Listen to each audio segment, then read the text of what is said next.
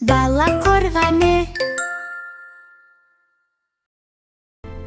Бауырым, қанша жер көрдік, бір нәрсені толық білмей жүрміз ғой. Ол еліміздің су әлемі. Бұл не деген жарқыраған су? Бұл су бізді өзі шақырып тұр деген сөз. Мынау кәдімгі теңіз сияқты ғой, бірақ ол Қазақстанда. Каспий әлемдегі ең үлкен көл. Каспий теңізі әлемдегі ең үлкен көл. Ол еліміз үшін өте маңызды, себебі мұнда балық та, табиғи байлық та көп. Каспийде жүздеген балық түрі бар. Кейбір балықтар тек осы теңізде ғана өмір сүреді.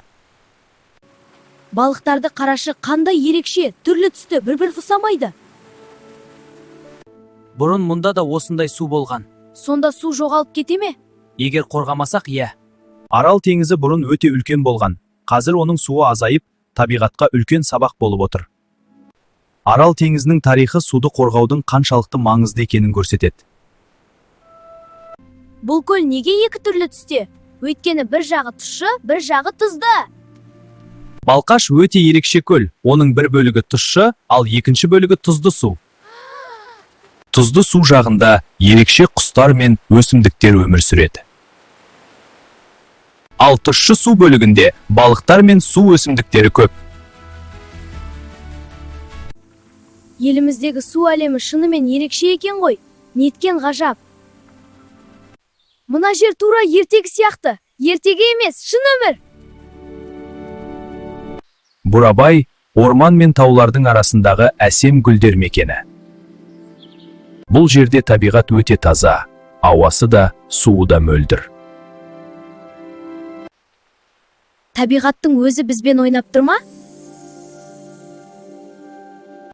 Су тасты тесіп өтіпті ғой. Су ең мықты күштердің бірі. Шарын үлкен әрі әдемі каньон. Мұнда тастар қызыл түсті болып келеді. Бұл каньонды су мыңдаған жыл бойы жасап шыққан. Бұл өзен Балқашқа барады. Демек бәрі бір-бірімен байланысты. Иле Қазақстандағы ең үлкен өзендердің бірі. Ол таудан басталып, ұзақ жол жүріп ағады. Бұл өзен жол бойында көп жерге су береді. Өзен бар жерде өмір бар. Иле өзені Балқаш көліне құяды. Барлық су бір-бірімен байланысты. Табиғатта артық нәрсе жоқ. Қалай бәрі ойластырылып жаратылған? Иә. Вау, мынау қандай үлкен көл. Бұл Алакөл сияқты ғой. Қарашы, судың түсі өзгеріп тұр. Иә, бірде көк, бірде жасыл. Құстар да бұл көлді жақсы көреді екен. Себебі мұнда тыныш қой. Басқа елдерден де көптеген туристер келеді. Олар көлдің әдемін көріп демалып қайтады. Бұл көлдің суы денсаулыққа пайдалы деп айтылады. Сондықтан адамдар мұнда демалуға жиі келеді. Көлсай неткен әдемі тап-таза. Мұнда тыныштықтың өзі сөйлейді. Көлсай көлдері таудың арасында орналасқан, суы өте таза әрі салқын. Бұл көлдер туристер мен табиғат сүйетін адамдарға өте ұнайды. Бұл Қайыңды көлі, ағаштар су астында тұр. Бұл қалай мүмкін? Бұл көрініс табиғаттың нағыз ғажабы деп есептеледі. Қайыңды көлінің ең ерекше жері су астындағы ағаштар. Вау, қандай ғажап. Иә. Табиғат бізді таңқалдырудан жалықпайды.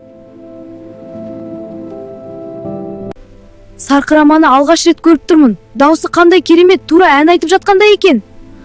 Сарқырама биіктен төмен құлап ағатын су.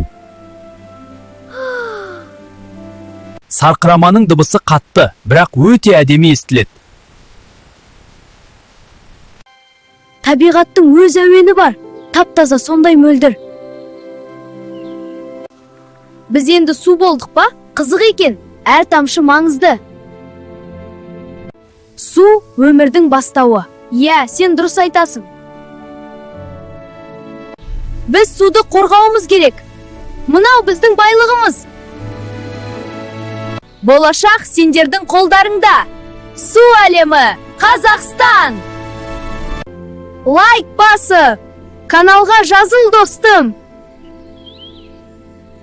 Келесі қызықты саяхатта кездесеміз. Иә, шытырман оқиға басталсын.